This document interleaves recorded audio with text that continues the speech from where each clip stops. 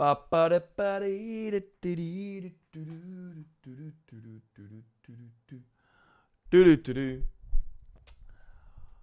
watching to the Monday stream that we do here every week on the React channel, going over all the latest gaming news, of course. Just catching up, seeing what's up, seeing what's happening, all that good stuff. So, I got two videos that I want to go over, or like two topics that we can discuss. That will then, of course, also appear as videos on the channel. I see Makkerman here already. Saber Knight, Captain Pink, a Flying Elephant. Good to see everyone. Appreciate everyone, as always, joining here on the lovely Monday. Shadow Dash, yo, yo, yo. How's it going? 3-3 Misso. I think I should just say C Misso, right? That's the I'm just always struggling with the name. Cole Anderson, greetings from Oregon. Greetings from the Netherlands. Coming from the shadows, wink wink. Hey Remo, good to see you as well.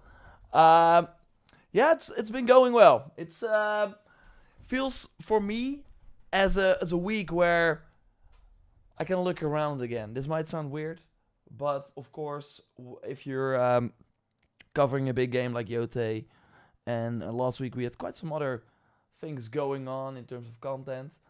Now there's not a lot, which is kind of nice, which means that I can look around. There will still be some fun things happening, but nothing too crazy. And then I'm like, okay, what's the plan for the rest of the year? I also wanted to plan like a holiday, but I'm waiting on some other things. There are a lot of dates, but I wanna make some plans. That's basically it. I can now finally kind of think ahead instead of being really focused on just making sure we get all the content out each day. But yeah, no, it's pretty good actually. William, good to see you as well. You got it the second time. Simisso. I'm gonna go for that. Thrawn, good to see you as well. Libelsy, thanks for being a first chatter there on Twitch. Lidles, it's what it's. Yeah. I should just like blame my dyslexia for ruining everyone's name. That seems like a good scapegoat. But how's everyone else doing? Like, personally, I think it's an interesting time. A friend of mine was like, yeah, isn't October like super busy in November? And this year there are some games coming out this week. It's like Ninja Gaiden 4. I asked during the Sunday video, are people excited for that? And I saw some comments, but it feels like there are just a lot of games that would have been huge in previous years or something that are now just gonna be launching, and we talk about it for a week. I heard like about an interesting analogy in general, and that's the volcano analogy. Basically, and that's what I've been kind of like seeing as well. And I'm not sure if it's a difference in our focus right now, how it just constantly shifts.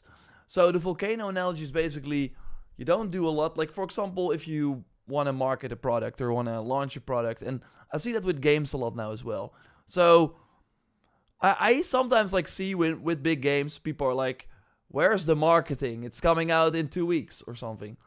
But so you basically have some build up to the game launch in this case, and it's kind of quiet. And then the week before and the week of the launch and the week after the launch, you go crazy. So that's the big volcano, right? That's the peak. And then after 2 weeks, it's over.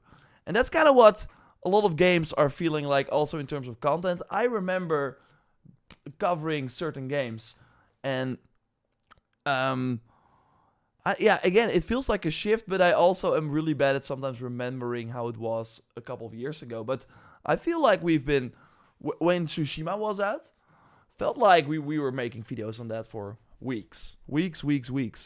And now, I still have one Yote video I want to make. Hope I can get around to it. But, yeah, it's over very quickly. And then we move on to the next thing. And it's like we've waited for that game for 5 years. And But it's also kind of bubble. If you look at the trophies, we looked at it last week, right? Only 27% killed the Kitsune. So it's still like people are just chugging along. You just don't hear from those people. And I do think the people that are more hardcore, that are going to the Game Fest, those are the people that actually do watch the videos, etc. Okay, a lot of thoughts there your way. Thanks, Brock, for being here again. Brock, our lovely moderator. I think, are you back in the Netherlands now? Mo Lajen. I hope I pronounced that right, but I really appreciate your very generous super chat there. Watch the Sunday video. Curious on your deeper thoughts about the Assassin's Creed boss leaving. Do you think this is a positive or more a negative? Well, great that you're asking that. Sarah, see you there too. 53 Nights, Joseph. Thanks everyone for going Parv. Valor. Let's see. Playing Keeper while waiting for Ninja Gaiden Forces Captain Pink Flying Element. That's awesome, yeah. Then you got that Game Pass subscription likely going. Awesome. So, good that you're asking that, because I will go more in depth on my thoughts of the Assassin boss leaving. I also think, and maybe that's like kind of a cop-out answer, but I also think what I've really noticed over the years is we can speculate a lot as people from the outside, but we never really know what the real reason is. So obviously we can give our take, but I do think, I think it's never as black and white as it seems. Obviously some things are hitting the nail on the head, but I also, it's kind of hard to know what Mark Alexicote was actually doing and what his choices were. Like I said in the video, he came in 2022, but all the games that have come out since then were already in development. So it's not as if he like greenlit them or was like, yeah, we're now going to work on these games. When he started, those were already in development, so the plan was already kind of there. I do want to talk about his quotes though in 2022 from the Assassin's Creed showcase that really showcase his thoughts, and I think those were really smart things to say.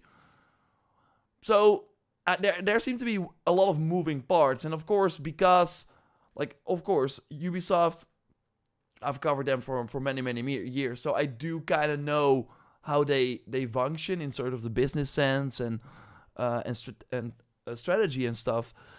But now with Tencent coming in, that's a completely new entity that is suddenly going to put their influences in as well, and we've just not seen how that will play out. Because it's a very unique situation. We have a lot of Tencent owns way more than you think. They own Riot Games. They have a stake in I think they own the Pokemon Go company now, or is it no? That's Saudi. They basically own way more than you think. I think they own a stake in From Software. In there are like Reddit threads that have all the info, but what you really see in those cases is that they're kind of hands off.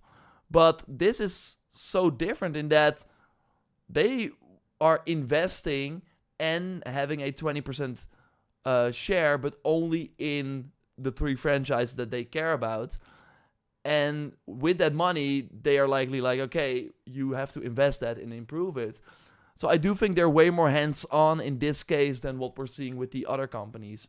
So I do think that is an interesting wrinkle to it overall. Black Knight, good to see you as well. Yeah, I had a wonderful holiday, but I'm back in the cold Netherlands again, so ready for duty, sir. Well, Brock, great to have you here back. And you shared a picture of you next to a swimming pool, and I was like, dude, it's October. Chill out. Chill out. Joseph is saying, do I have a new haircut? Not really, but I'll take it, I'll take it. Any compliment? Awesome. Thanks. No, my hair is just kind of weird. Sometimes it just does. It's like kind of a roll of the dice. I wake up and it's like, okay, we're rolling with this today. Obviously, I have some control over it, but not as much as I would like sometimes. Kamiso is saying, are you going to review Outer Worlds 2? I do have a review code, but no, I'm not gonna review the game. It's not really... I was never really intrigued. I saw the game at Gamescom. It was my least exciting presentation. There seems to be nothing really that game does that I've not seen before. And I don't think a lot of people would really are waiting for my review on it. Looks new. Okay, okay. I'll take it. Most of the titles I'm interested in have been pushed to 2026. That is kind of what I've been alluding to as well earlier this stream.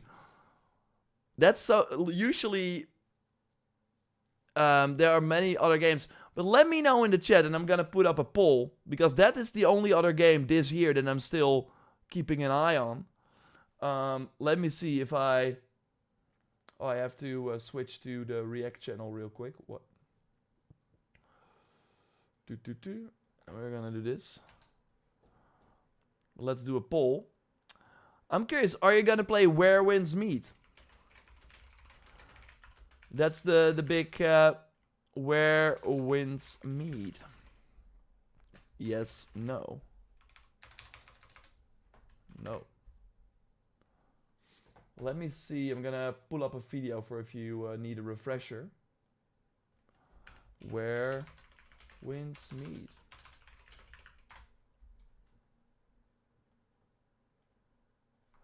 This one is coming November 14th. And it basically looks like Ghost.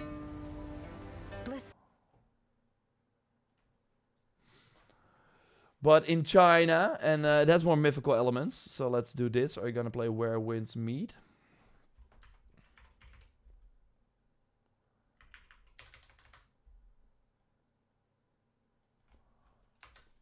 It's free to play. Coming to PS5, PC. So yeah, this might be a title where I'm like, okay, I can see myself make some videos about this.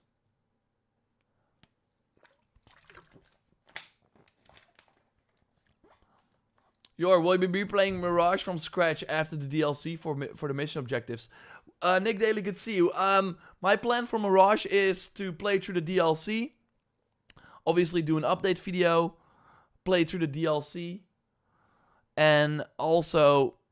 Wow, a lot of like awesome shots in the urban environments look pretty cool too.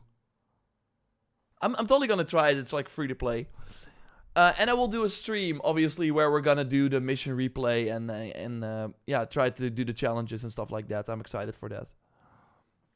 So yeah, there will be a fun week playing through the Mirage stuff. It is, I think, around. It's like November 18th, right? Okay, we can turn into small... You can, like, steal from enemies or NPCs as well. Is it pay to win? No, it seems... No, it's mostly PvE as well. So there are multiplayer components, but you can play just solo and stuff. And, obviously they will have cosmetic... yeah, it seems to be all cosmetic, all the monetization elements. So maybe we cannot really change the look of our character without paying. Whoa, they got the bow staff too. I played it, I think, some time ago. I thought it was pretty cool. But yeah, it has some, I think, gacha elements, but only for outfits. So not for characters or anything. Seems like the microtransactions are not that bad. Not that bad.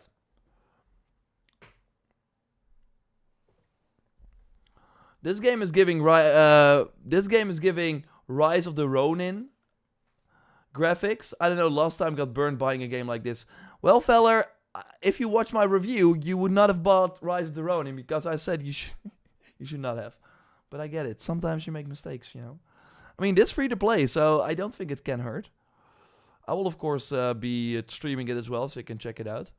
But I think it could be cool. Anything you want from the Horizon Online game, Savage Jr. asks. Yes, I want them to show it. And I want it to still feel like an Horizon game.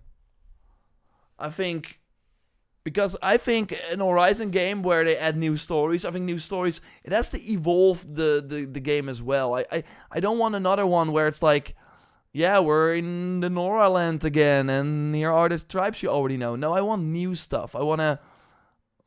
Feels like the series has been standing still. While they have been releasing a lot of stuff, it overall has been standing still after the Burning Shores. Well, I do think they can do so much more with, like... I want to be surprised again. I want to see new stories, new tribes, new machines. So I don't want to be fighting the same machine. So I do think also if more people, if they actually have cool new machines and some new content, that even if you don't like online games, you might be giving it a shot because, hey, it's more Horizon. Concerned Citizen, thanks also for your support there. Mousepie for Hire, Hell Let Loose, Vietnam, Phantom Blade Zero, Medieval, Chronicles Blood, Daywalker, Metal Gear Solid Volume 2. You're naming some 2026 games or upcoming titles that you're looking forward to, I guess. Phantom Blade Zero, yeah, that would be the one that I would pick out from that list. It's gonna be awesome. They are still going to announce the release date before the end of the year, so that might be Game Awards then. Which I think is gonna be exciting. And I don't think they're gonna announce that and then it's like 2027. So, but yeah, 2026 is already crazy. Having Phantom Blade Zero there too is gonna be nuts. Gonna be nuts. I wanna be a Thunderjaw. Well, 53 Nights, we all have our dreams, and some dreams can never happen, sadly. But who knows? As long as they don't do a 1v4 game where one is the Thunderjaw and 4 are hunting it or something. I don't want that. Blood of the Dawnwalker, I need. Oh, yeah. No, that one totally was climbing up my most hyped, like, my most anticipated games list, I should say, after the Gamescom presentation. I hope the Tencent involvement doesn't lead to layoffs. I'm tired of these layoffs primarily because of the incompetent Phil and Xbox. Yeah, it is interesting, though. Ubisoft is such an interesting beast because there are, versus the other companies, a lot of people working there, and versus the output they put out, like EA has, they make like 6 times more money than Ubisoft, and then I'm talking about revenue, so not even like profit, and they have like way less employees. So it's also like, okay, what is it really needed that there are so many people at Ubisoft? It's kind of hard, but I think seeing. Thanks for the votes, by the way, on the Where Wins Meet. Seeing some yes and no. Okay, I think that's it's pretty even. But yeah, I think for the Tencent thing, they clearly have a plan again, and I think they're gonna just sit that one out for 2 years maybe. And if nothing, because Tencent is investing money, $1.25 billion, because they want to see, of course, a return on investment. And if they're not seeing that in the first few years, I do think they're gonna be like, yo, we have to make some changes. And maybe they will start with their hands-off approach, but then eventually will be way more hands-on if things don't go the right way. Or maybe they are way more hands-on, and that's why Mark Alexi Cote left. So let's talk about that and do a proper topic video. I've Deed Sif saying, any new info on your Assassin's Creed Shadows feedback session, a video release date or something. When I can say more, I will. Just keep an eye out, because there is going to be an October update, and it's the 20th of October. And if you do calculations, then you can kind of guess when it's going to be. They told me that there's going to be an October update at the Bordeaux event, because that October update will also include some fixes for Claws of Awaji. That was the final update, I think, that Ubisoft Bordeaux was still working on with Ubisoft Quebec. So it's gonna happen. There's gonna be something. Of course, when I'm able to tell more, I will let you know. So keep it locked to the channel. It's gonna be fine. It's gonna be great. Crimson Desert next year, yeah. Bring it on. Did you see the AC Obsidian leak on LinkedIn today, Severus? Yeah, I saw it, but it's like there have already been LinkedIn profiles that said Assassin's Creed 4 Black Flag Remake. And now we have the code name. I don't know how much more, how much more confirmation we need at this point. Even the voice actor was like, hey. So it's gonna happen. I'm just ready for them to reveal it. I'm ready for them to reveal it. Hey, Mystic. Good morning. Good morning. Leaks on, Makkerman leaks on LinkedIn again. Vessi is asking, what's your best year in gaming so far? Whew. Yeah, for me, I think 2017 was kind of awesome because it had Zero Dawn and Origins. And those are two of my favorite games. So it obviously was also the year that the channel kind of took off. So those games, they have a special place in my heart. 2017. What else came out? Of course, it had Breath of the Wild, Odyssey, Nier. Destiny 2 came out that year. That's crazy. Did it really? That's the one that immediately jumps out, I think. For me.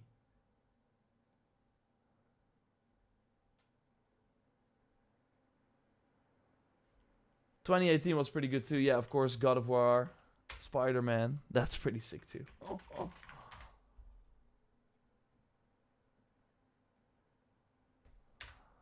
Yeah, 2021, Ragnarok, Elden Ring, Forbidden West. Whew. Yeah, we had some great years. I think next year will be even crazier. I think next year is going to be wild. Already looking at the fact that, of course, GTA is coming out and then all the other games we already know about. Wolverine is going to be a lot of fun. Ubisoft is going to launch more than what they're doing now. So I'm curious about if they can pull that off. Of course. We talked about the 2020. Well, Severus, you're making some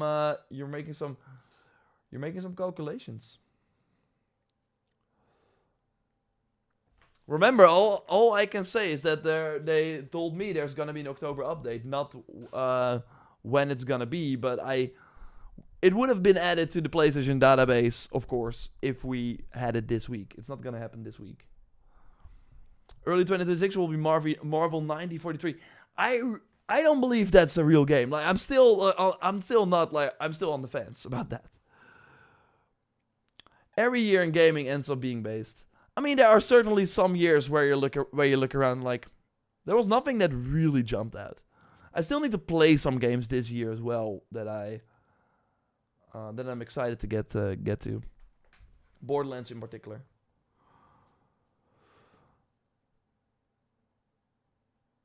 Far Cry 7 could be 2026 game. I think that's gonna be 2027. I think Far Cry 7, but the heck says I think it's gonna be probably happening.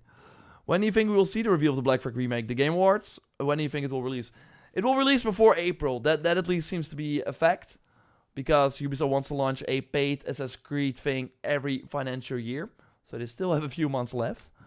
And yeah, Game Awards make sense. Game Awards make sense for sure. Last year was a bit on the low end.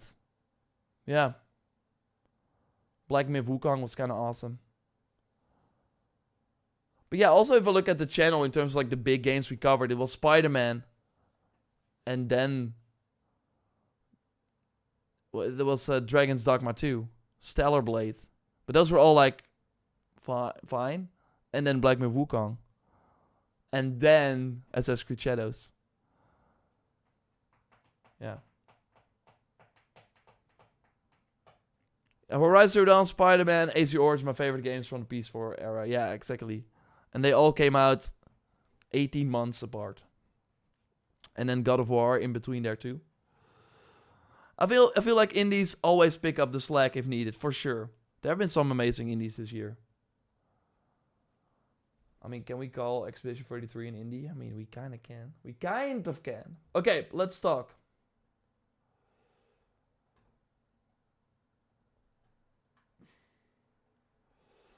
I'm gonna do the Assassin's Creed topic first. So of course, with these topics, I will be focused on the video, and then we can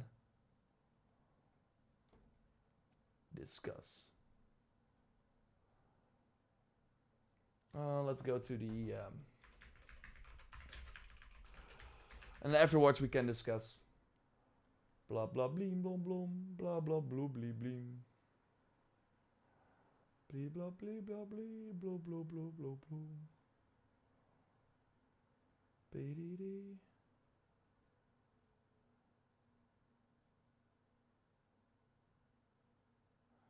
Do do do do.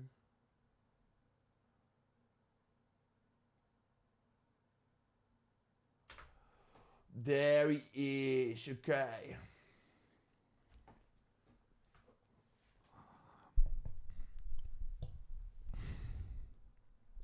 Okay.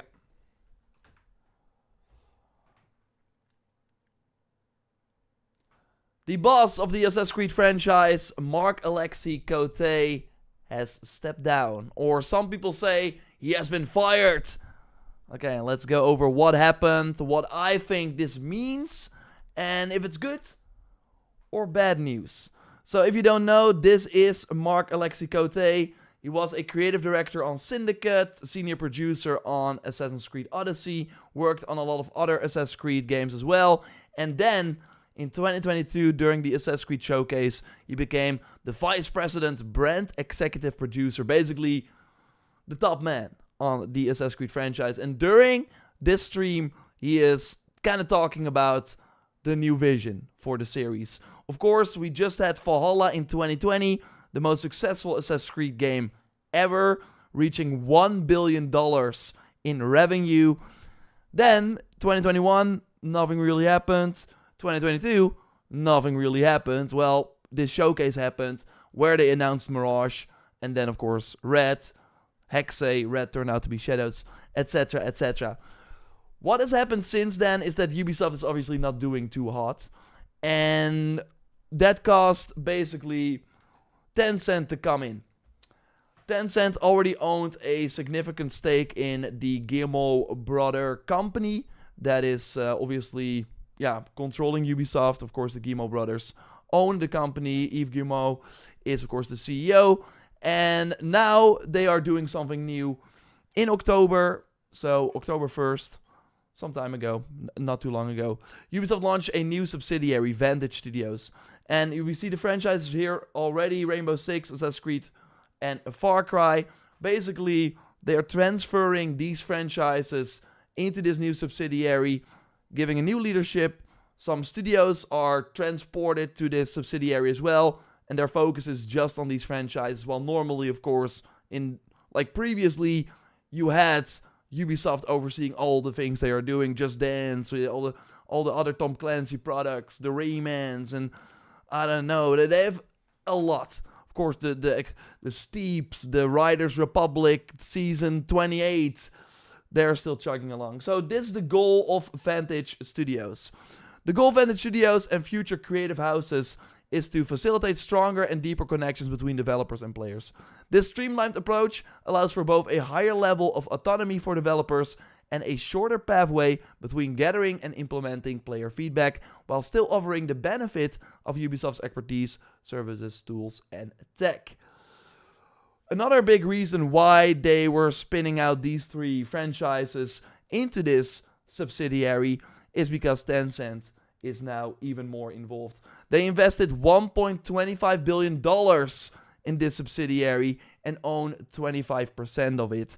And likely Tencent was like, okay, we want to make an investment, we're going to help you out financially, but we only care about the three biggest franchises. We don't care about the Ghost Recons and the Division and all that other stuff, although those are still pretty big franchises. No, we see way more potential in Far Cry, Assassin's Creed, and Rainbow Six. And if you really think about it,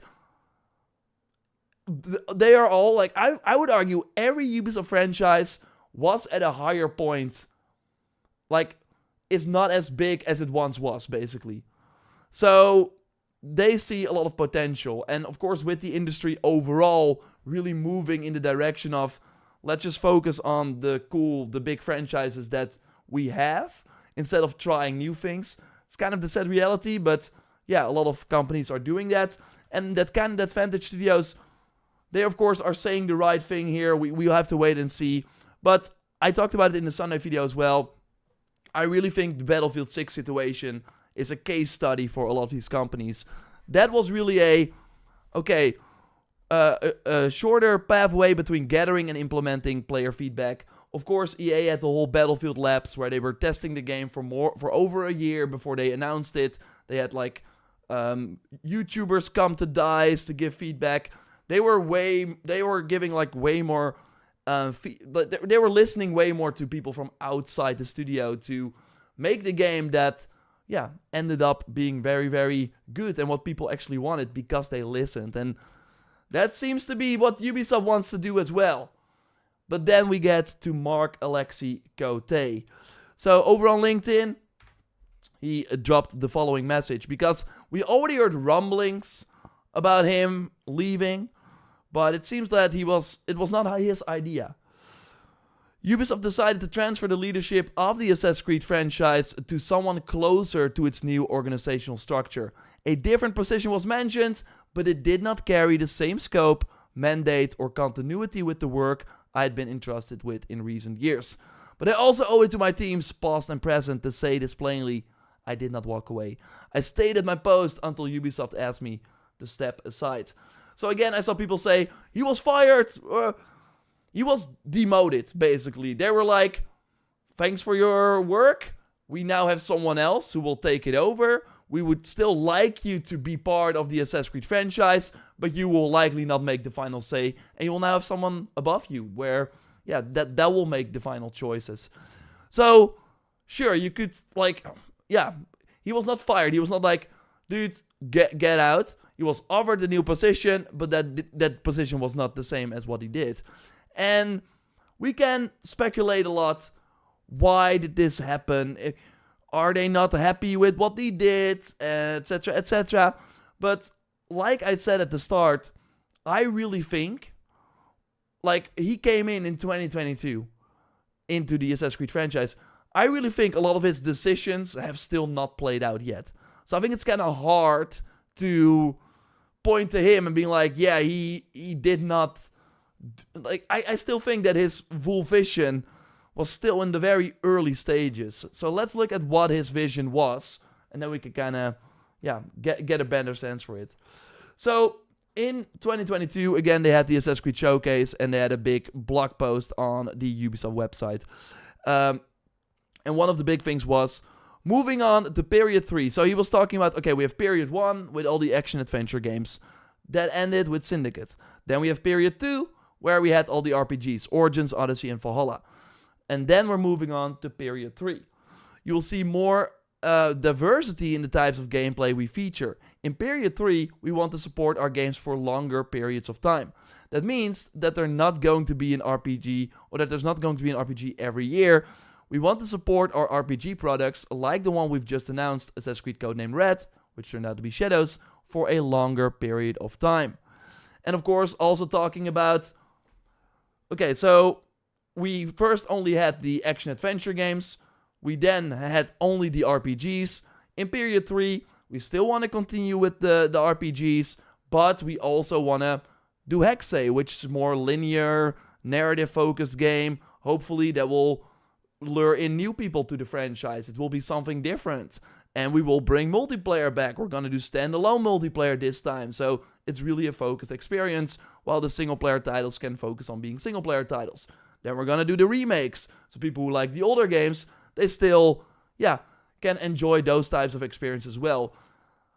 I really think, like, what I think and what people sometimes forget, Assassin's Creed as a yearly franchise, it didn't, at one point it was really, really samey, obviously. The setting was different, the characters were different, but the gameplay was very, very similar because they had to make these every year. So they could not really do a big evolution like we saw from Syndicate to Origins, because that is when they finally took the time to create something new. And so I think Like, they obviously want to make more Assassin's Creed games because they do think there's an appetite for that. And that is their biggest franchise, their biggest moneymaker, next to Rainbow Six. So, instead of making the same game and releasing it every year, they're trying different things. And I think that's a pretty good tactic. And if you think about it, Mirage came out a year after this post, and then we had Shadows. Like, we're still in that, like, we've not seen that vision play out yet and see if that will actually work out. Now, what we did see, and that is kind of interesting, there are two things that we have seen so far from what he is talking about. And yeah, those are not very good. I think him saying, we want to support our games for a longer period of time. My prediction right now, I think Shadows will have a shorter post-launch plan than Valhalla. And maybe that is because Shadows did not do as much as they expected. We know about the 5 million players for Shadows, which is not a lot. Mirage had 5 million players in a short, or sold 5 million in a shorter period of time. So basically Mirage sold more than Shadows, which is crazy to think about comparing the budgets and all that sort of stuff.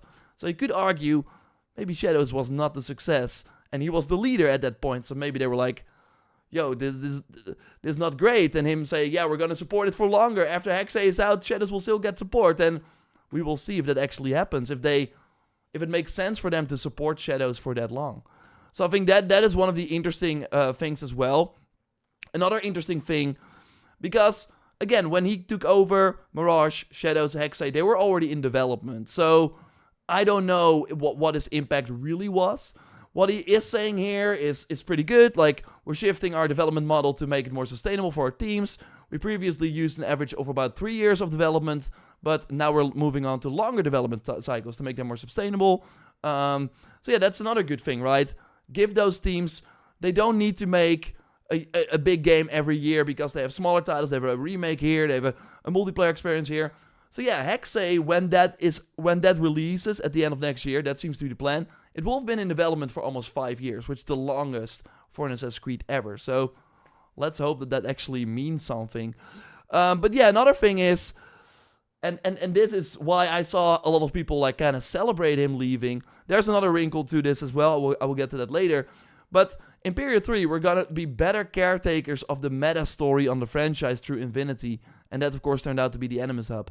As the story will live synchrono... I really have to look up this word. As a non-native speaker, let's see if I can.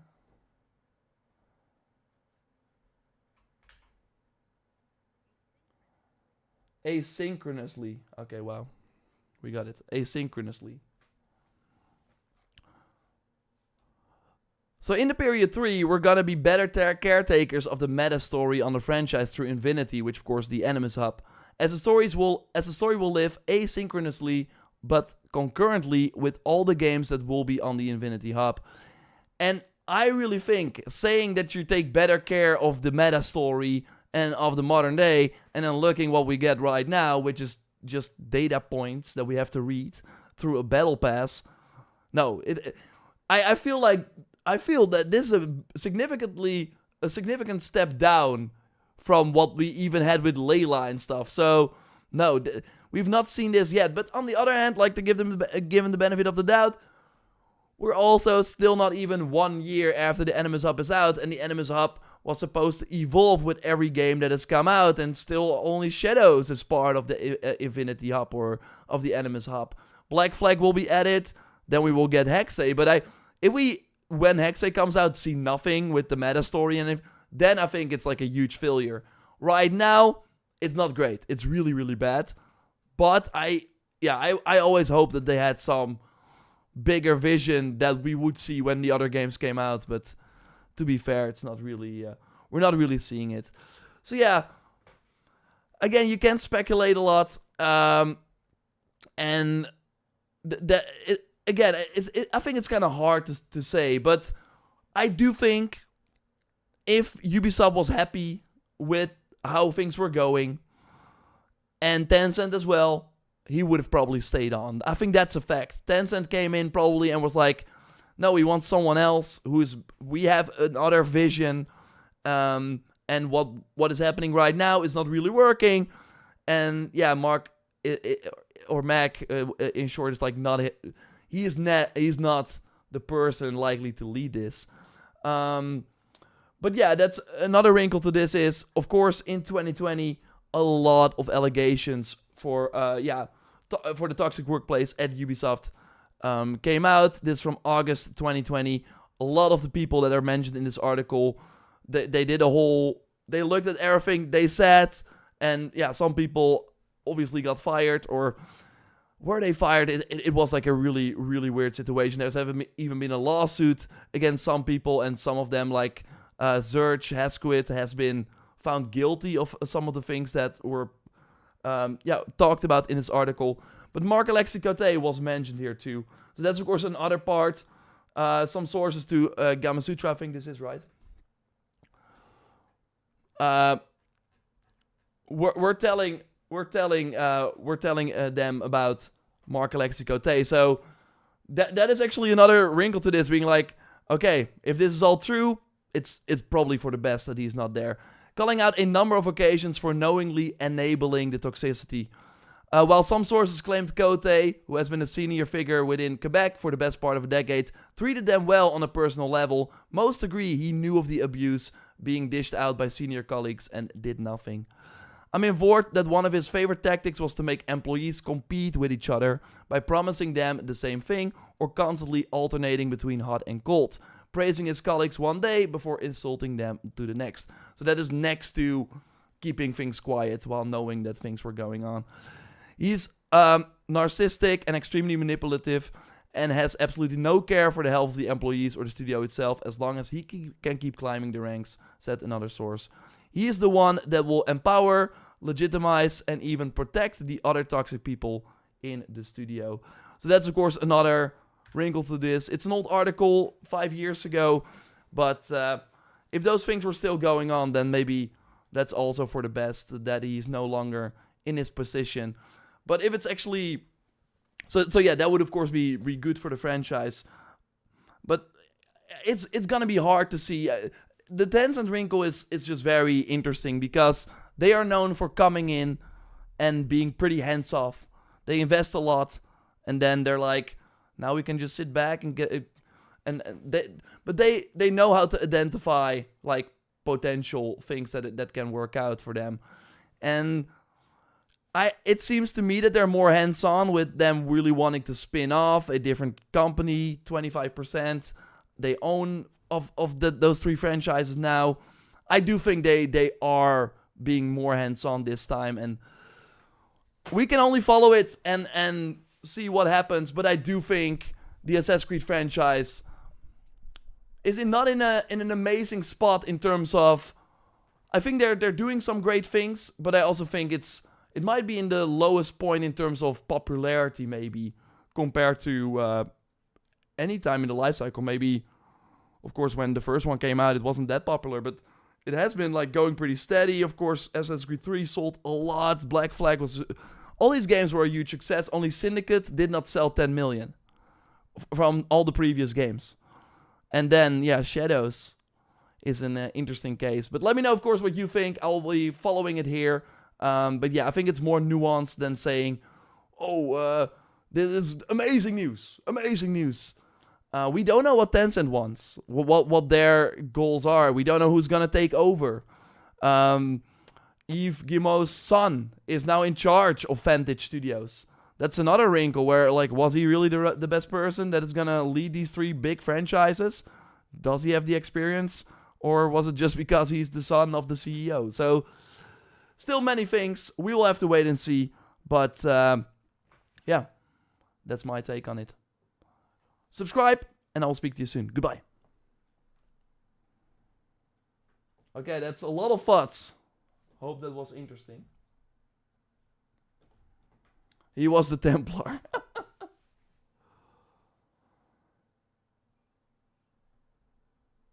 Let's see.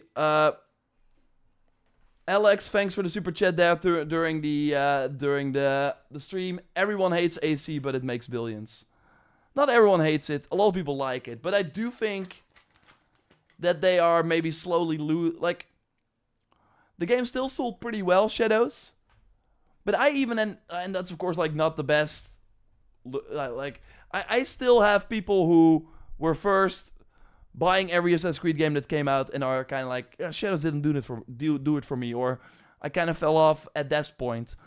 I think, this might sound crazy, I think, talking about the whole Battlefield thing as well, I really think that they should make another Unity-style game. Just do it. Just go full nostalgia. I think the Black Flag remake will show people again how, for example, good the cutscenes are, how good the writing is, and kind of showcase the old age of Ubisoft. And maybe if that does well, Ubisoft's like, okay, we need to do more of this. We need to, and not only remake those games, but kind of like, what is Battlefield 6?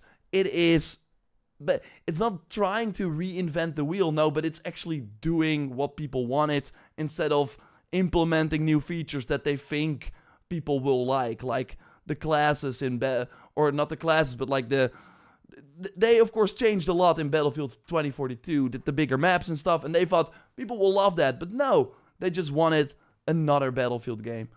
And I really think now, having 4 of these huge RPGs, also seeing the hype for Mirage versus the Claws of Awaji, for example, I do think it's time to make a big new game that is really, really just, what is Assassin's Creed, Assassins vs. Templars, Isu, in a city, let's go. I really think that will probably do well for them. Full mocap density, yeah.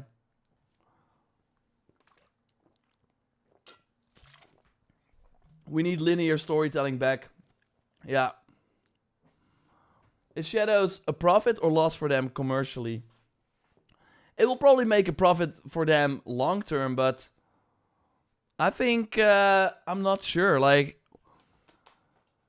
those games need to sell a ton. But obviously, they also have the microtransactions, so the profit is bigger on those games. But, yeah, because they sell more.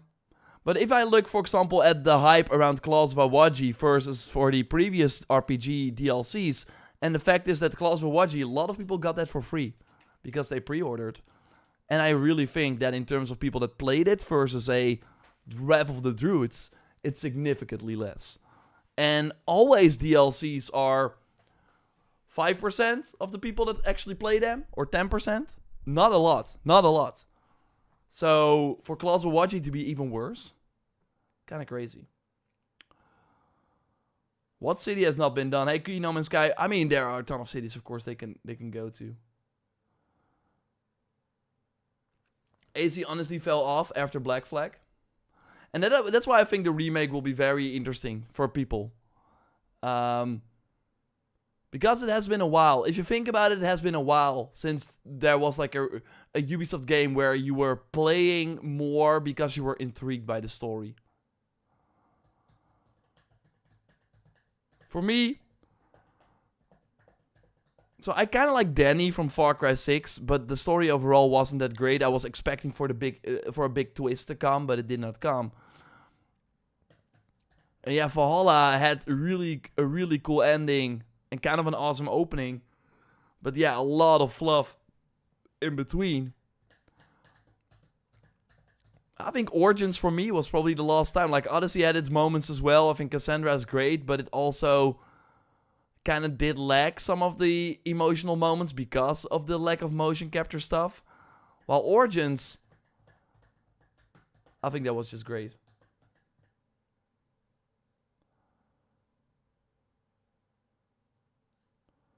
Oh yeah, No Man's Sky, like actually doing something like Beijing or like another Asian city, I think would be huge, because that's what companies are seeing now too, and maybe with Tencent coming in as well. They of course have the mobile game Jade. Like, that could of course be pretty big. Because then the game could do pretty well in in China as well.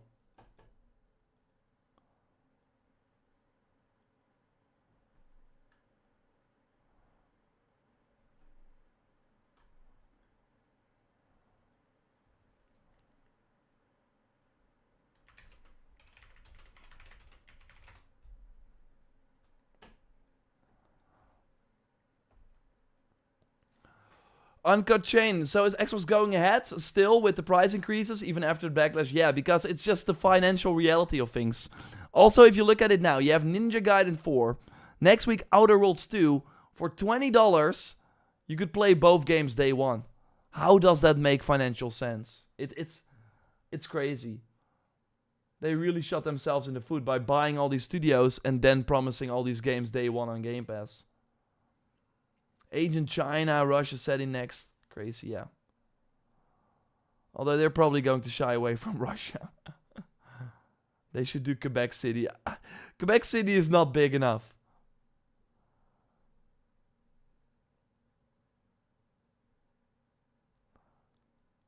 Yeah, sorry, people are, of course, thinking that at the end...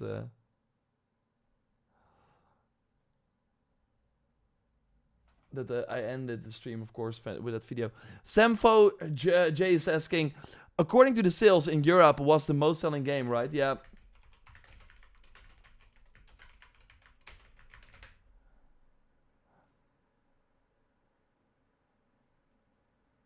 Yeah, it's that's pretty good. Here, look at this. You're right with that, Sam. Assassin's Creed Shadows was the best-selling new game of 2025, beating out competition from Split Fiction, Monster Hunter Wilds, Mario Kart World, and Kingdom Come Deliverance. So that is obviously really good. Oh, now it's not. As always, FIFA is number 1. GTA 5, number 3. Red Dead. Oh my god. Hogwarts Legacy is still there. So yeah, obviously that's huge. That is totally huge, but... Remember when, like, for example, Battlefield 6 doing 7 million in 3 days. There were times where Assassin's Creed was on the same level as Battlefield. And Assassin's Creed Shadows did 5 million in 4 months or 3 months. 4 months. It sold probably 2 million in a week. So how far are like Battlefield and like the difference is huge.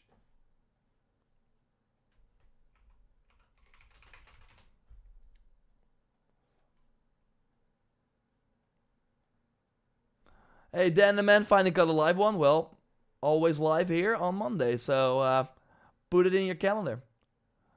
When do you think we will get the AC Invictus servers? I think that's a good question. I don't know. But to be fair, it's really hard. It's really hard to predict.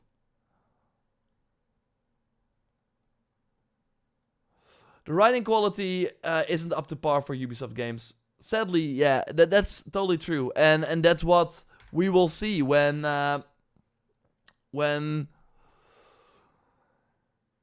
Black Flag the remake comes out. Then we will be reminded of how good it was previously. I'm expecting a lot of like tweets and stuff. People were like, "Wow, this." I forgot how good writing could be in Ubisoft games. Codex Seeker, what are your thoughts on Hexayor? Like, what do you think we will see in it? I'm holding my fingers crossed for Hexa.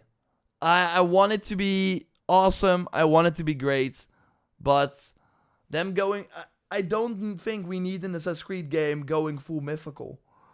I don't think we need a character who can turn into a cat. I don't think that would excite anyone. But yeah, we will see. I think the setting could be very cool. The setting, like more forest, Germany, witch hunts. I think that is a very cool setting. But I'm not sure if we need like a witch assassin or something. I think going for way more motion capture, a way more linear story, I think that is what the series would need. But yeah, I'm curious. I really hope it's great.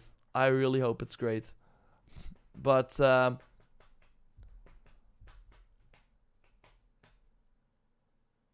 yeah,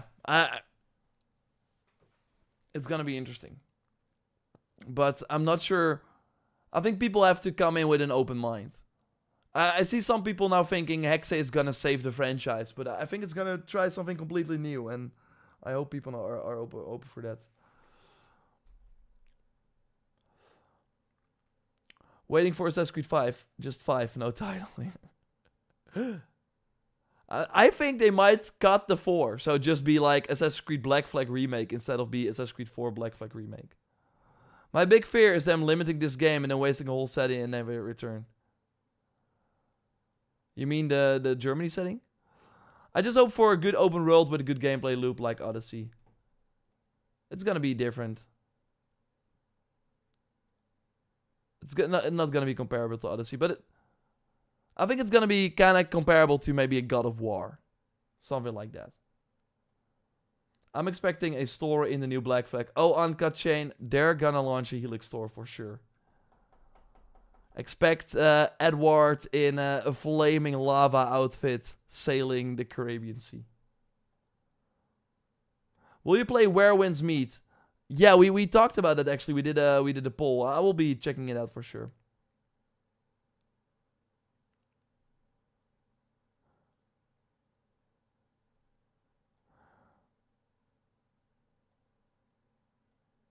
How do they come up with ideas, games? I don't know. No one wants. Forget about Avatar. The Fire and Ash update should be cool. Yeah, I think that will be a lot of fun. It's disappointing. There is the next gen leap like Unity with facial capture, crowd density, anime. Rogue, it's just a completely different. Like you could, Shadows totally has a leap. Shadows totally has the seasons in the totally has the seasons with adding all the snow to every region. I think that's still pretty cool for an open world game. Obviously, some small things like that we can run faster in cities on a mount. No, but there were totally some visual and technical leaps. But it's obviously a way different game than Unity. Having more crowds in that game does not really matter that much because we don't really have the large urban environments. But I do hope that we get to see I think remakes of the older games on the new engine will be interesting. But I'm curious how the new tech will obviously enhance Black Flag. It's gonna be interesting for sure.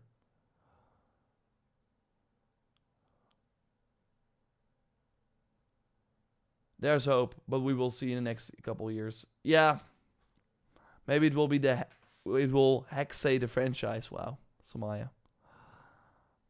Have you seen that game Blood Message? Yeah. I made a video on it, a main channel video. Assassin's Creed Hexe Stray collab with cat skins. Joseph, don't give them ideas. Although they are probably gonna do skins for when you are a cat or so. Oh my god, I don't want to live in that world. No. Basically, stop making one game in a setting and not thinking to come back to the setting.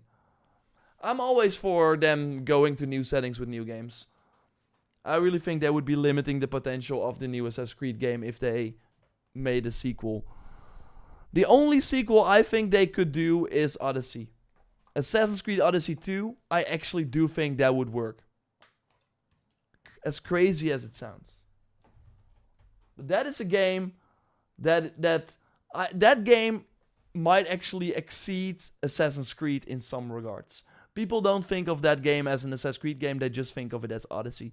And there's going to be an Odyssey film, right? Next year. I would not be surprised if that boosts the sales for Assassin's Creed Odyssey. Okay, let's move on to another topic because I got another one for you. Talking about the next gen consoles. So yeah.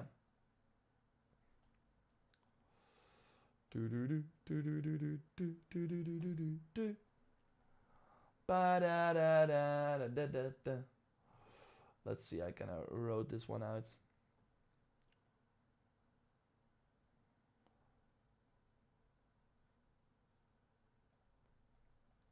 I wanted to do this one last week already, but we kind of ran out of time, so we're gonna do it now.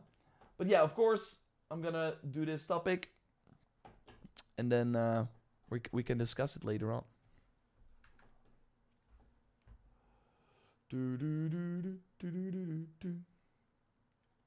And Origins 2, I don't think could work. I think they kind of did everything. You could argue they did everything in Odyssey 2. But what if there's like a game where you play Cassandra and go to multiple settings? That would be sick. People think that maybe the Nebula one with the Aztec Empire and stuff, where you play Cassandra in that game, and then you go to multiple settings. That's how they can kind of do the multiple settings. That would be kind of crazy. But I do think it's more the Odyssey whole picture instead of Cassandra that is carrying that game. I just think the sort of light tone. But yeah, a lot of the people that worked on Odyssey in terms of writing, I don't think they are at Ubisoft Quebec anymore. So maybe you don't want to touch Odyssey either. But any other gaming company would have looked at Odyssey and be like, yeah, we have to make a sequel to that because that's such a popular game.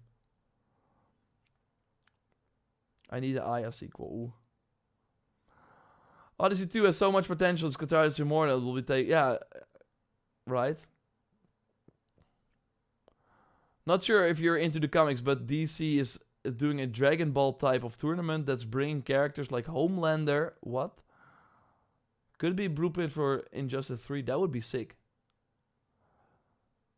Yeah, I think Injustice 3 is likely what they're gonna do now that Mortal Kombat 0 did not do that well. Or was it Mortal Kombat 1? Okay, let's talk next gen consoles, shall we? They are coming, whether you want it or not. The PlayStation 6 and the next Xbox. I talked about it in the Sunday video, of course, the big news roundup that I do every Sunday on the main channel. And I get the comments, like, we need more games, not consoles. PS6 can wait. I don't really want the next-gen console to come out in 2027. It's too early. I feel like this generation has not even gained any steam. And I get it. I feel like that too. For me, booting up Ghost of Yotei was really that, wow. Finally a game that is really built for this new hardware that I bought 5 years ago. And that has all the bells and whistles, loads insanely fast, has all the DualSense features and stuff like that. We just don't really have all of these games. Because if you think about it, Spider-Man 2 was the first big PlayStation 5 exclusive. Death Stranding 2 after that.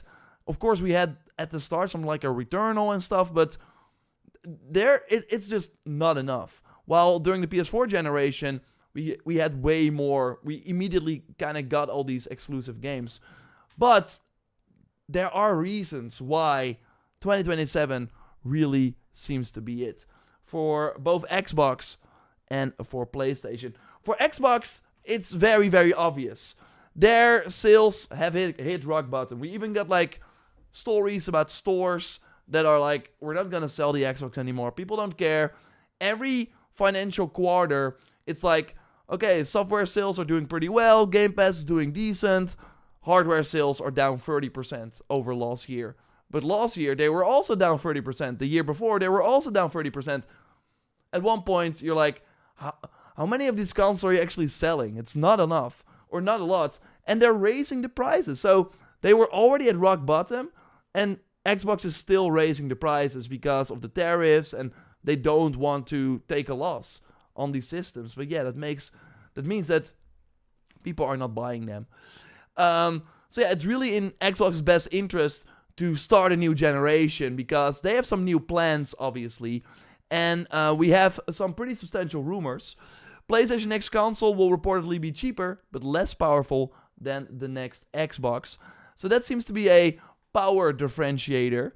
The next Xbox, let's assume it will be called PS6, will be less powerful. However, that lacking power compared to the predecessor will mean that PlayStation can charge less. It really seems that with the next generation, PlayStation and Xbox are going for a different type of audience, which is going to be very interesting. I want to go to Moore's Law is Dead, who is actually talking about this. And just hear what he has to say. I will leave a link to the video in the video description. But let's look at this particular part. On average, I do expect Xbox Magnus to basically be a more premium version of the same performance you would get from a PS6. Like, for example, if a given PS6 game was running 4K 120 with ray tracing on, you know, and of course it would also have FSR4, something to get there. I would suspect that Magnus would, instead of doing 4K 120, do like 4K 144. Like, it could do 20% higher frame rates, which doesn't matter on a big screen TV, really, but does matter if you're gaming on a monitor on your desk, which Magnus will be more meant for than the PlayStation. So, basically, Xbox seems to be going more for a PC audience, while Sony is obviously focused on people who like to play on the big screen that doesn't even have support for 144 frames per second. And it really seems that Xbox they want to create an alternative for people who like the freedom of a PC. Seems that the next Xbox will be will use Windows, likely give you the I've been talking about the Xbox ROG LIX. You boot that up, you see your Steam games, your Epic Game Store games or whatever. They're all installed, you can play them, you can buy them, but you're in this Xbox ecosystem where you also get reminded of Game Pass, and they can still target you directly as a game with all their Game Pass deals while you are free to buy games elsewhere.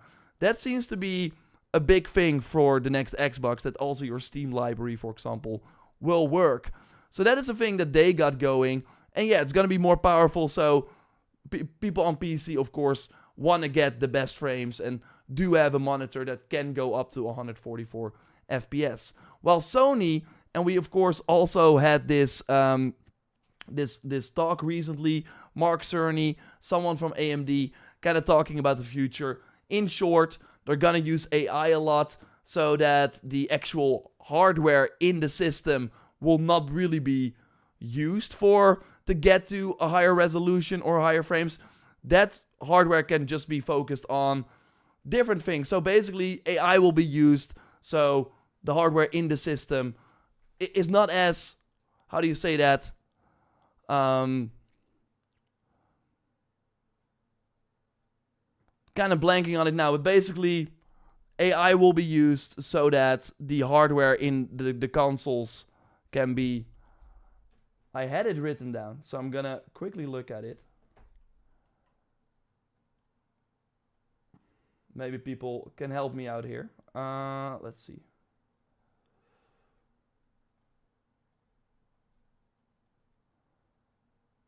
AI upscaling, yeah, like that. It's...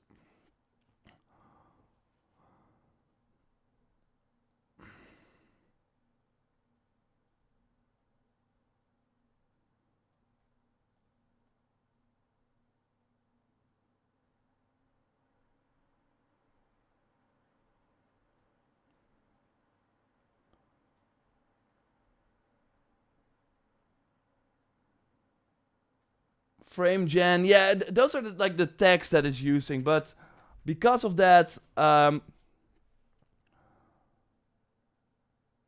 push to the limits of possibility. Yeah, that's it.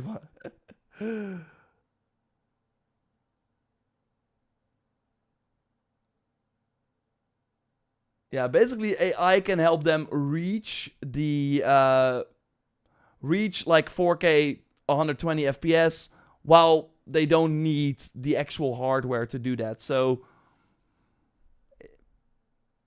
yeah, it is of course DLSS. Those are the names of the tech. But I was looking for a particular word. But frame gen, yeah. I think we kind of know what I mean. Let's see how I can best talk about it.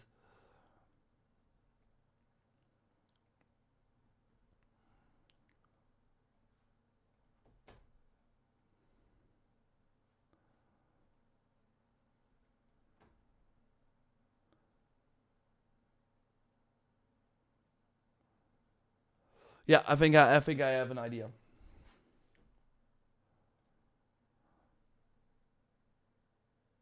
So basically, AI will be used for upscaling, reaching the higher frames, better resolution, so they don't need the best tech in the system, which also means that the system can be a bit cheaper.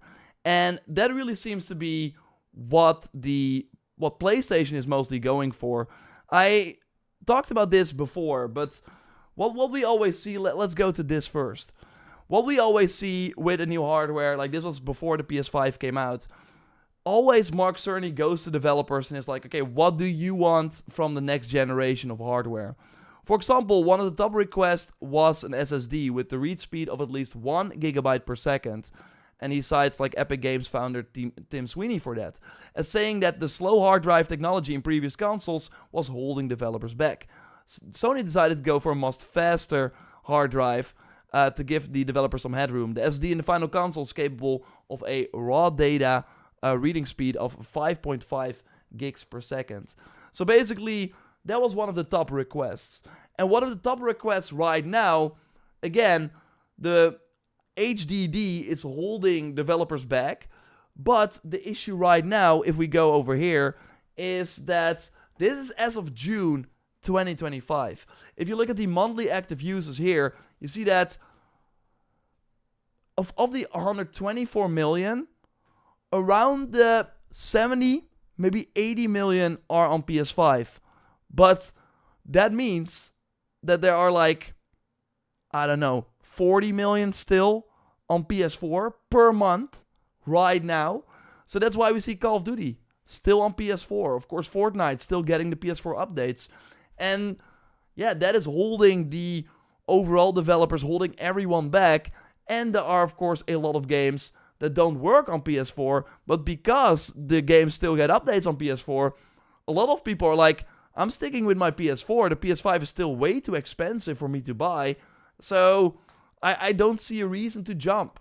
But if you look here, Sony sees that people that are actually on PS5 are spending almost $200 more in the time that they own the console. So it's in Sony's best interest as well to get people to the PS5, to get people to the next generation of hardware. Then you also have, again, Sony going to developers saying, okay, for the PS6, what do you guys want? Well, Capcom is like, the PS5 price is an unexpectedly large barrier for Monster Hunter Wilds sales.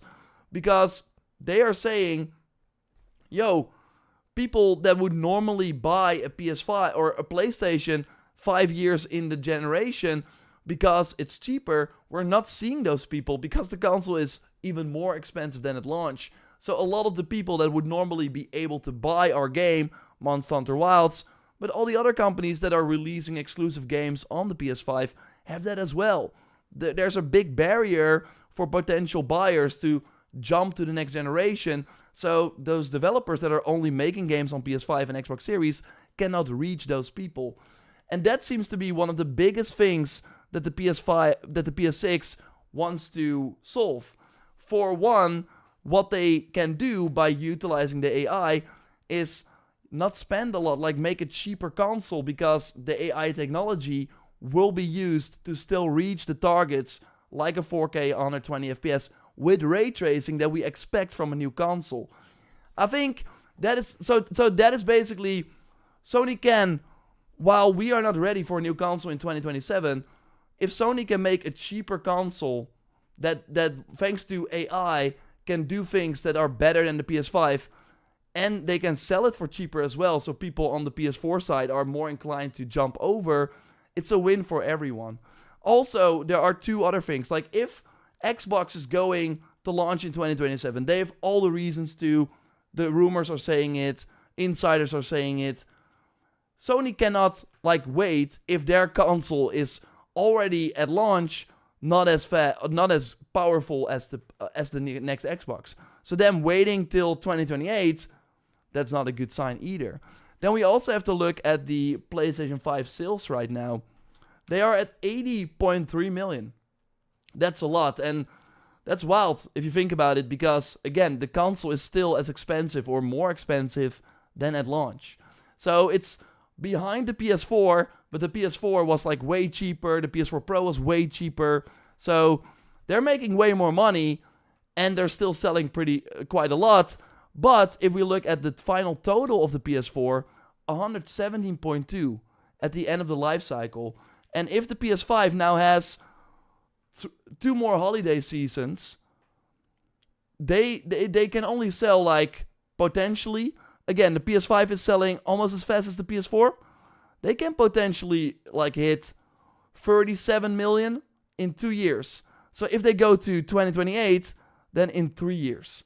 That's not a lot of units you can sell in 3 years. So that makes, I think, 2027 another likely candidate. And we, of course, have the big elephant in the room. GTA 6. Like, that is going to be the first real system seller of this generation. Like, there are going to be so many people that are jumping over to the PS5 for GTA 6. So, yeah, I think then they can easily reach that 170 million, which is the peak of the PS4. I would be shocked if the PS5 sells more than the PS4. So, I only see reasons why Sony is inclined to go for 2027 as well, even though if we are not ready. But if that, like, it doesn't mean that your PS5 games won't work on PS4. Obviously, they're going to work. The PS4 games will probably work as well, obviously. And the PS5 will likely still be supported for a really long time, maybe even longer than the PS4. But if that means that they can put out a console that is cheaper to manufacture for them, that can have a lower barrier of entry for people that cannot afford a PS5 right now, like they can now make this console with the tariffs in mind, with the new AI technology. I think if all of the rumors are correct, I'm not ready for a PlayStation 6 either. It's crazy that in 2 years from now we would be having that console. But on the other hand, yeah, I do think there's an issue with this generation of not going down in price at all. But we will see. There will be a lot of people though that buy the console for GTA 6 and then a year later the PS6 will be out. But hey, that's a worry for another time and maybe not for us. But yeah, subscribe of course. Thanks. Check out other React content and I will speak to you soon. Goodbye. And of course in the stream we're still going. I mean the trade-off offer might be good for PS5 to PS6 for sure. But on the other hand, could be. But if the PS6, like what Moore's law is, that is basically saying there's no good reason for Sony to still sell the PS5 after they have the PS6 on shelves. If it's for them cheaper to make, it's kind of crazy.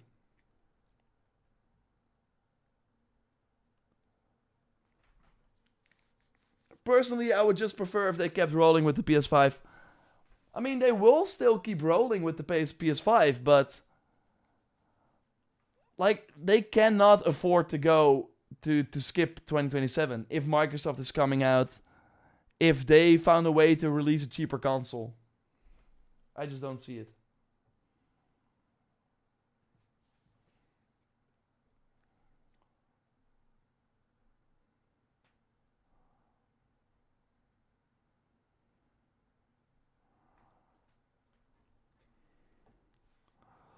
You think the PS6 will be a handheld? I think so too, but I think it will be a console and they will do a separate handheld. But I can see the handheld release like a year later. What we usually see with Sony hardware is that they don't launch it in the same year. Like the Portal came out a different year, PSVR came out a different year. I don't think it's smart of them to...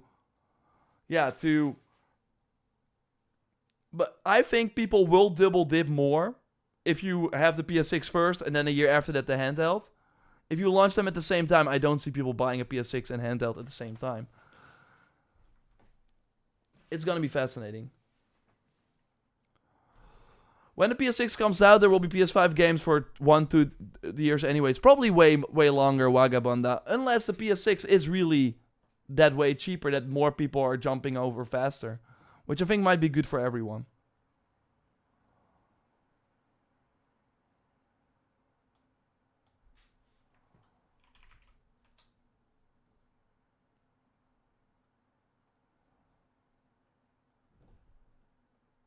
There's also those disk drive options will they still be there in 2027? Yeah, they're seemingly doing a disc drive PS6 as well. Most people buy the console to play the games. As long as the games are cross-gen, the current gen is almost pointless.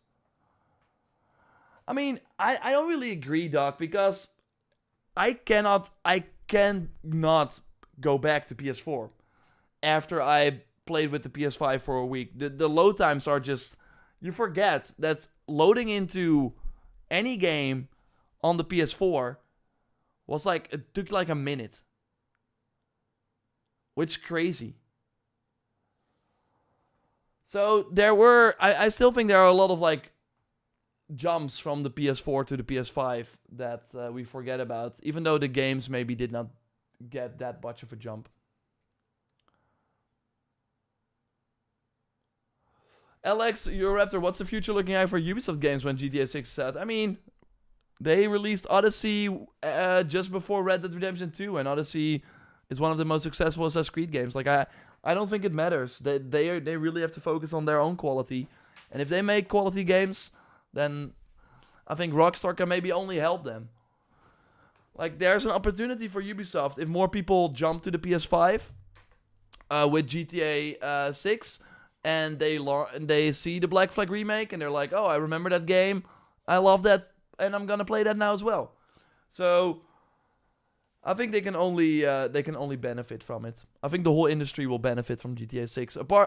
Only if you're like launching a week before or week after, you're gonna like that. That's not smart. But if you, but yeah, if you find it out. But if you figure that out, then, like, in terms of release dates, then I think it will be great. For anyone.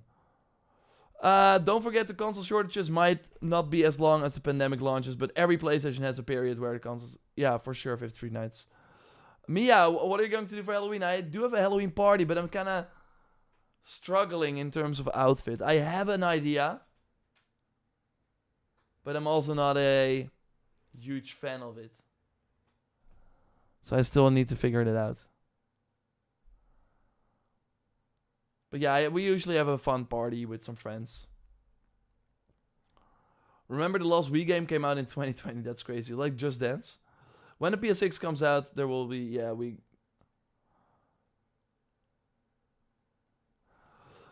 I bought a PS5 for the 60 FPS. If the PS6 would provide me with more fluidity... I mean, that's probably what they're going to do, right? What are those headphones? These are EPOS. But I don't think the company is around anymore. They're relics now. I don't think you can buy them. Go as Aloy. That's a good idea. Isn't that a pig mask you can wear? There is one, yeah. But it smells like really bad. The moment you wear it, you smell like plastic. It's crazy.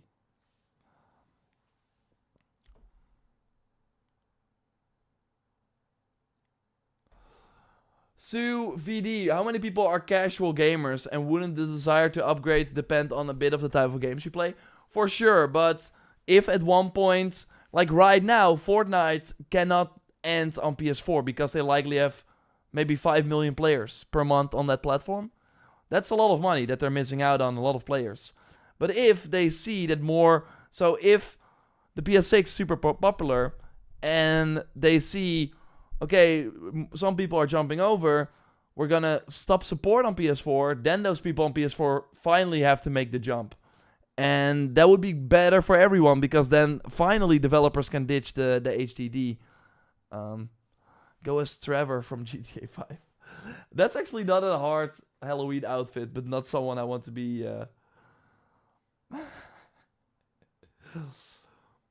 not someone I would...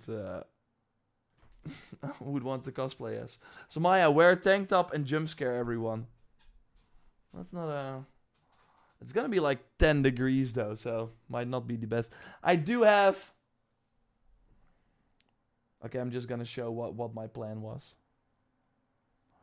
So Maya triggered it.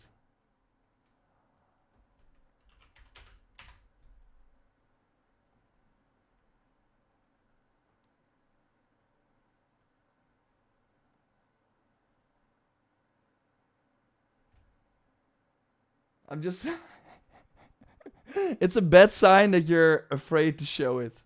But I'm gonna do it anyways. Need honest opinions. Go as a bathtub.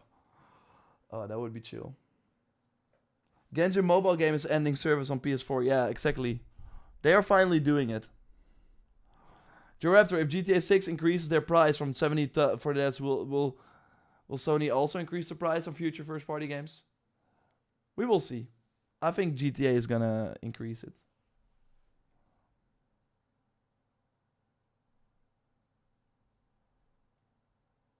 Most people watching the stream are already not in the casual gamer group, for sure. Those people who are the quiet minority need a reason to buy. Yeah, 100%. Peak idea.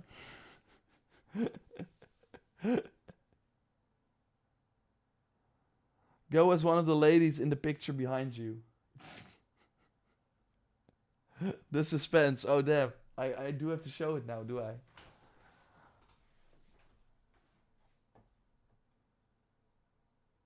Will we have another big update for Assassin's Creed Shadows soon? Yeah, BB. We will.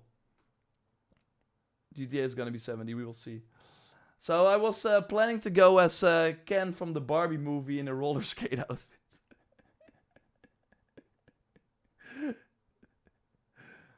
But without roller skates, because I cannot skate. So that's the bad part about it. Does anyone have a problem with Assassin's Creed Shadows today? Bowmaster outfit is gone. Some are completely... Oh, that's weird. I've not checked it today. I think GTA 6 will be $70, but a ridiculous price tag for early access. Oh, yeah. They're gonna charge for early access. Yeah, Samaya. Nice. Okay, Saber Knight saying nice. Oh, God, yes. Kenergy. Go as Barbie. People are gonna buy GTA 6 regardless of the price. Even most people complaining about it. 100%. I mean, there is gonna be a point where people are not gonna buy it anymore. Okay, people seem to like it. Well, that gives me some confidence. Maybe next stream I can cosplay as it. Will you travel on public transport in your Halloween Ken outfit, Doc says. Yes, but the Barbie one. Is it not the same, though? Kingdom and Sky, is that not the same, though? That's an amazing costume, dude. Okay. Maybe next week I should already try it on and you can see if it looks good. How about a poll, you guys? There are some people who are not chatting. They're like, I'm not sure. Do you think the Lego Horizon game, you need the one piece? No, I'm gonna have to do the swimsuit. Cosplay as Luke Stevens. I can see you dress as Ken for sure. Okay, well. I'm feeling the Kenergy. Can you feel the Kenergy? She's wearing a one piece. But yeah, but Samaya was right. It was like a one way to still wear a tank top as a Halloween outfit.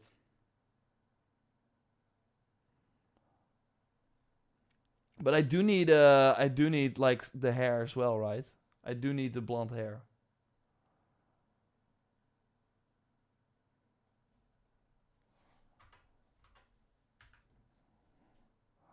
Luke is easy. You need short glasses and... It was so fun. We did the podcast. I'm not sure if you guys saw that. We did the podcast while he was touching grass.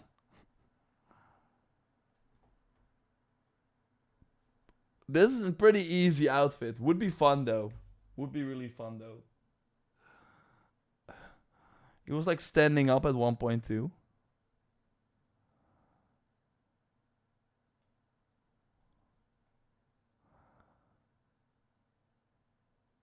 Yeah, this is easy. And then with a mic as well.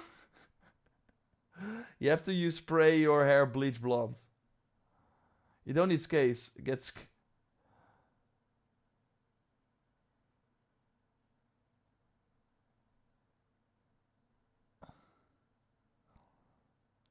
I do think Luke Luke would be more fun with if you wear like the Concord shirt. And worst audio ever, yeah.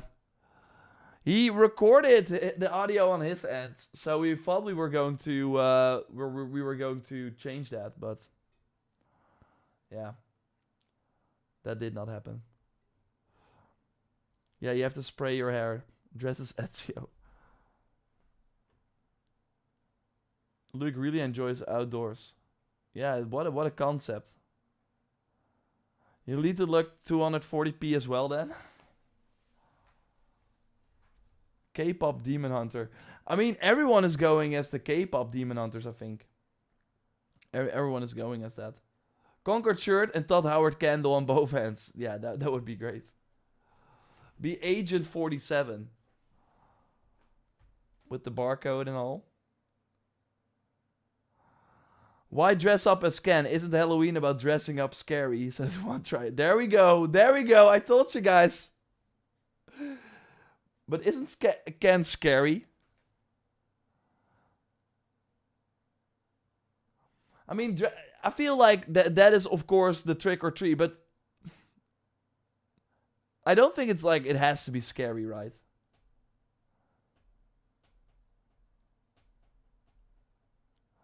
Well, if you want to stand out, I guess this outfit is the outfit to choose, exactly. No, I think I'm gonna rock it. Go as Todd, that is scary for sure. But